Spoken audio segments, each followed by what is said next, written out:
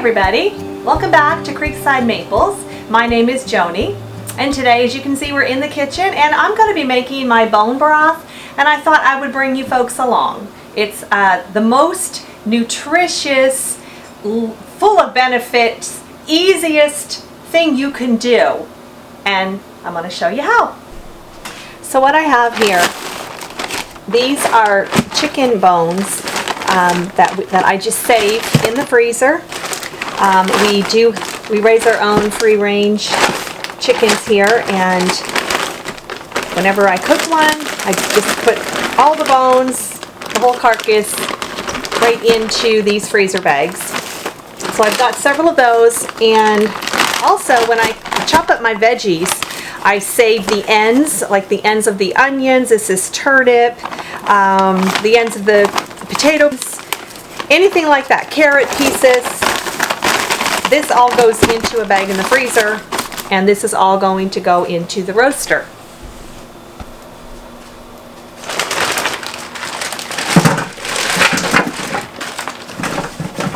These are my chicken carcasses, all the other chicken bones. Everything is going to go in here. And don't worry if it seems like it's really getting full, because remember, this is frozen. It's going to cook down. It's going to reduce. And then my veggies. Put all these in.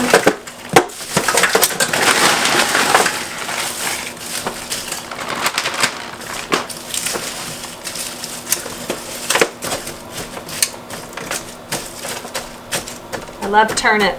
That turnip peeling smells so good. You guys like turnip? That might be more of a northern thing, but tell me if you guys like turnip. You cook with it very often. Then I'm going to use my pure filtered water, and I'm going to add this in, fill it right up. You want everything covered nicely.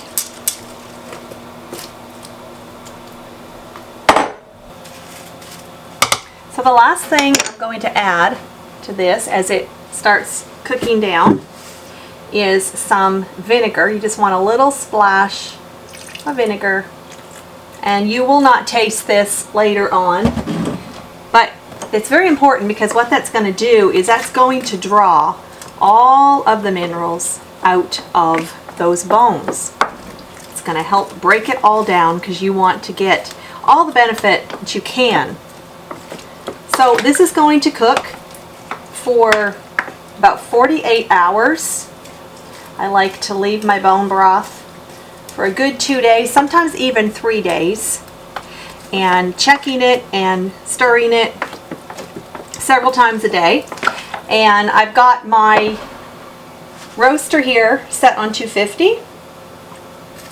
So I'm just going to leave this for a little while, and I'll show you in a few hours how it's already starting to cook up.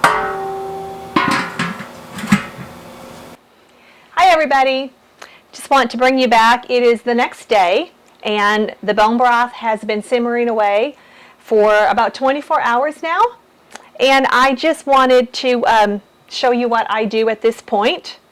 And if you can come in a little closer and get a look at already, this is looking so tasty, and I'll tell you, it smells amazing. The whole house just smells wonderful. But also, I wanted to mention a couple things. First, I said initially I set my temperature on 250. I only do that for the first couple hours, just to bring this volume of food up to that decent temperature, and then I turn it back to right about 200, and that is where I will leave it for the full 48 hours. The reason I do that is it's been my experience, and anything I have researched on making bone broth, is what you want to, your goal you're hoping to achieve at the end is you want the gelatinous factor to be extracted from all the marrow in those bones. And if you cook it too high, it cooks it away. And too low, it's just not enough heat to totally draw that benefit out. The second thing I wanted to say is I leave all the skins on the vegetables, like I had said earlier. You know, when I'm doing vegetables for meals, for anything, I just keep all the skins, and I don't throw them away or compost them at that moment. Put them right in the freezer. But what also I wanted to share with you, in case you didn't already know, is that the onion skin, leaving it on, gives it a really nice color. So that's just a nice little tip I wanted to share with you. So again, I'm going to leave this set on 200, and it's going to cook for another 24 hours. Now, perhaps you're wondering, what is the whole purpose of doing all of this? The reason I do it, I've been making bone broth for quite a while now, is there are so many health benefits besides just the fact that it's nice to have this on the shelf. I don't go and buy my soup stock. I make it because I already have this stuff anyway, and it's so easy to do. So there's the obvious benefit of having that in a canned form that I just grab and I use for soups, for stews, sauces, for gravies, things along that nature. But also, it is so healthy for you. It is a great drink. I love this. Also, I feed it to we have two dachshunds that are senior dogs, and I put a little bit on their food every day. They absolutely love it, but it is so good for them. It's a glucosamine joint supplement that benefits them as well as it benefits us. Besides the joint benefit, it's also good it's been proven to have cancer fighting benefits, and they're coming up with new research being done on the benefits of bone broth constantly. You can research it. There is plenty of good information out there on the internet for you to check into. So that is why I do it. So we're going to continue to let this cook or simmer away. This is an 18-quart crock pot that I have. So we're going to let this simmer away for the next 24 hours, and I'll bring you back at that point tomorrow. I'll show you how it looks. And also, I'm not just going to end the video there. I'm going to show you how I pressure can it. So take care, and we'll see you later. So it has been 48 hours since we first started this batch of bone broth. And by now, all of the nutrients and all of the good things that benefit us are already rendered down, cooked out of those bones. So what I'm going to do now is I'm going to strain it off, first pull out all of the big pieces, the bones, the gristle, the vegetable, things like that. And what I'm going to do with all of the leftovers is the bones will go into our compost. Now let me say that those bones still have some good left in them. You can do a second round if you want to. Save those bones, put them back in your fridge, in your freezer, and do a second batch of bone broth if you choose to, so that you really get all of the benefit out of your meat. So, put this in the sink here. And this smells just wonderful.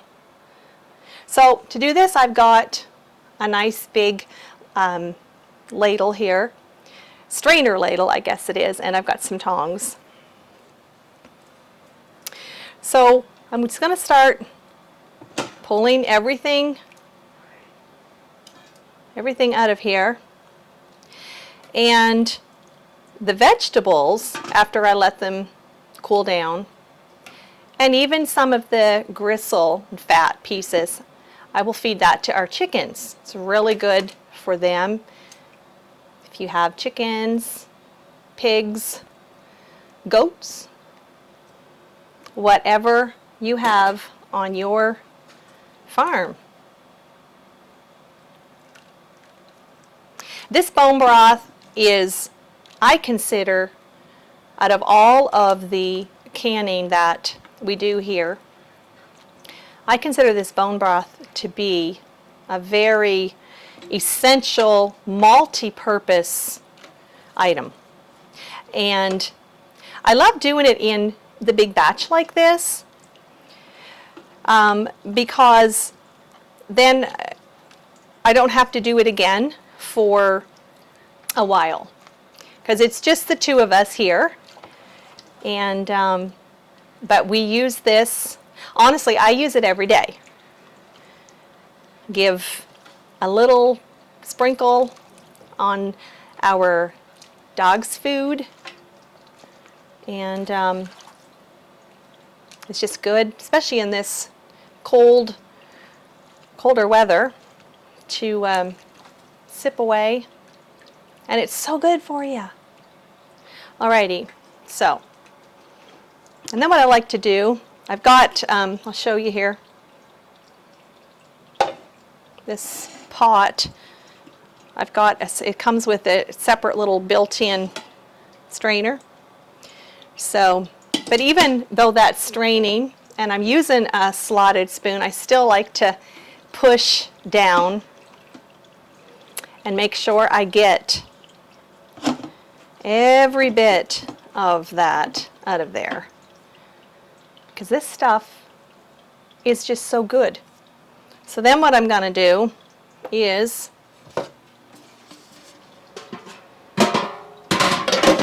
I'm going to pour this into, I've got a roaster pan here, and then I'm just going to put that right in there, and keep working away.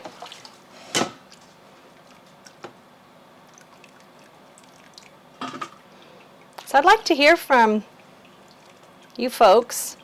Tell me if you've ever made bone broth, what you do with it. Some people use it just strictly for, as a hot drink, as a, a good healthy supplement. But like I said, we use it here cooking also. So tell me what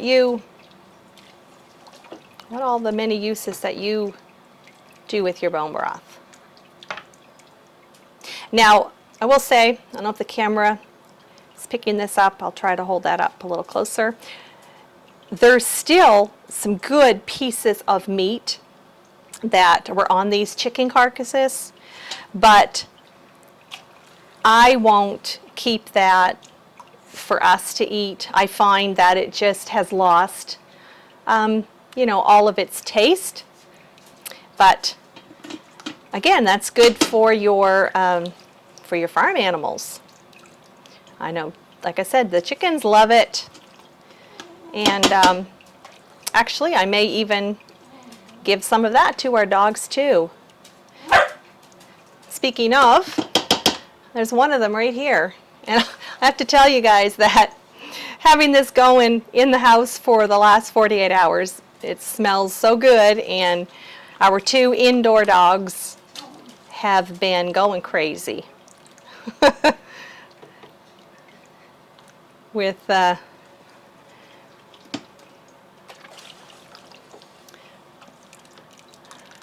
now, like I said, I showed you at the beginning of this video, I loaded this roaster up with, I had, oh goodness, I at least 3, I think 4 chicken carcasses that I had saved, plus other chicken bones of where I had just cooked, the drumsticks, the thighs.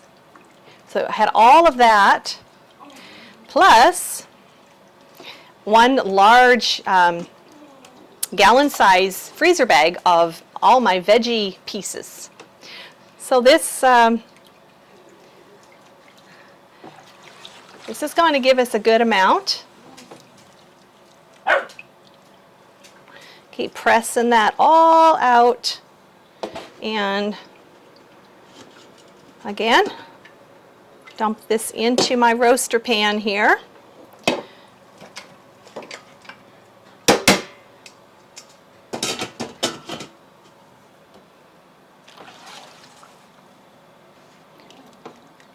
And I'm going to finish this straining process.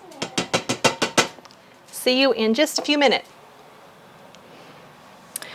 All right, so I have got all of the parts taken out that I did not want. Like I said, I got all the big pieces out. I got the pieces of fat and gristle, all of the bones. But what you can do at this point, if you want to have more, if you want to remove every little speck of fat, you can set it in the fridge. There's two ways. You can set it in the fridge in a pot overnight, and then that fat will rise to the top and solidify, and then the next morning you just scoop it off and you're left with your clear broth. Or if you don't want to do that, if you want to can it right away, but you still want every trace of that gone, you can put it through, pour it through a cheesecloth strainer. But like I said, honestly, I make this so often, I use it every day, and for the things I use it for, this is good for us. I also want to mention, before I forget, that I did not add any extra flavoring to this at all, because these were cooked chickens that were already flavored and seasoned. But however, if you were starting just with raw bones, perhaps from a butcher, then you definitely would want to add some flavoring. And what I would suggest, and what I see people typically do for flavor, besides your vegetables, is a little bit of sea salt, some peppercorns, some bay leaves, things like that. Nobody would ever recommend, that I have looked into for doing bone broth, they all agree, do not put garlic in this. It's just going to really impart a strong flavor. All right, so I'm going to start filling my jars, and I like to do it this way. It's a little quicker than scooping with a ladle. Just got my Pyrex measuring cup, and I hold my jar right here. This way, if anything drips or spills, it's going to go right back into the pan and not be wasted. Now, when you're canning, you want to leave a good amount of headspace. A good inch or even a little more is recommended. So there is that. And if you're new to canning and you're unsure of exactly that amount of headspace, they do sell a little measuring tool that it looks just like a plastic knife almost, and it's got the notches marked out on it. I don't have one. I've never used one. But also these funnels, they're an excellent guide too. If you put that funnel down in, and where that stops in that jar, that's your 1 inch of headspace. And as you can see, I have left a little extra for in the pressure canner. Next thing we're going to do is wipe the rim off. And you just put your lid on, put your ring on, and that is ready to go in the canner. So then we move on to the next one, and I am doing quart jars here. I like to do the quart jars as opposed to the pints, because I can just get more done. The Presto pressure canner that I use will hold 7 of these quart jars, and that just works really well. There we go. We're going to wipe the rim off, put our lid on, put our ring on, ready for the canner. Okay, so now we're ready to put our jars into the canner. I already have a few in there. And because bone broth is considered a low acid food, that is the reason that you have to pressure can it as opposed to water bath. So I have got my 7 quart jars in here, and I started out with just 2 inches of water, and I like to put just a little splash of vinegar. And what that does is that keeps your jars from getting kind of cloudy from being in the pressure canner. So that's just a handy little tip for you. So now what we're going to do, going to put the lid on. So going to turn our heat on, and I have a propane stove. Put it on just about medium, and we're going to wait for this to build up pressure inside. There is a little vent port right here, and I have to let this warm up. It's probably going to take about 20 minutes or so for all of the pressure to build up in here. And when I see steam spouting out of this here vent port, that's when we will come back and I will show you what the next step is.